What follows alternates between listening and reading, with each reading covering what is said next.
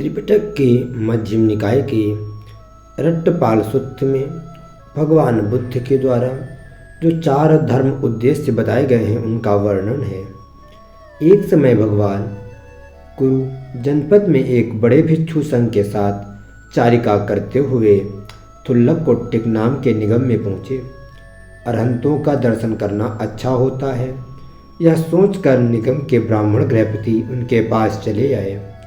वहाँ भगवान ने धार्मिक कथा कहकर उनको समुत्तेजित संप्रहर्षित किया।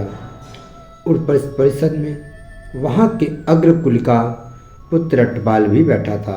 वह भगवान की वाणी से इतना प्रभावित हुआ कि उसने घर से बेघर हो प्रवजित होने की ठान ली।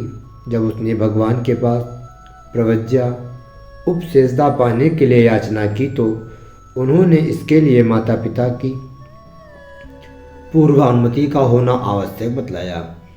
माता पिता ने इस शर्त पर अनुमति दी कि प्रवजित होने के उपरांत वह उनको दर्शन देगा।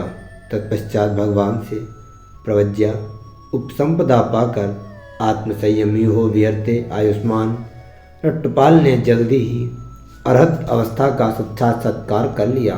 तदंतर भगवान की अनुमति प्राप्त कर आयुष्मान रट्टपाल माता पिता को दर्शन देने के लिए पिता के घर आए।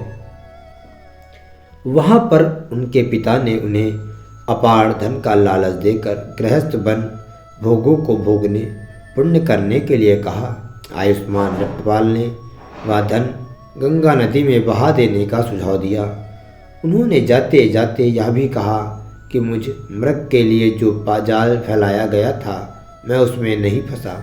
वहाँ से आयुष्मान रट्टपाल राजा कौरव के मृगचीर उद्यान में चले गए। राजा कौरव भी वहाँ पहुँचे और उनसे घर से बेघर हो प्रवजित होने का कारण पूछा।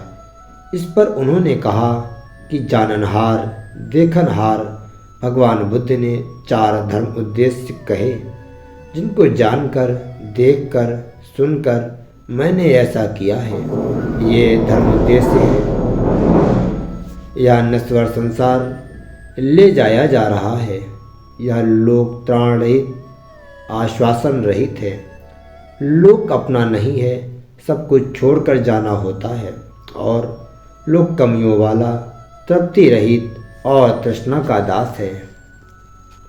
आयुष्मान रट्टपाल ने इन धर्म उद्देश्यों का आशय भी विस्तार से समझाया और अंत में कहा कि काम भोगों के दुष्परिणाम को देखकर मैं प्रवजित हुआ। दोष रहित होने से श्रवण ही श्रेष्ठ है।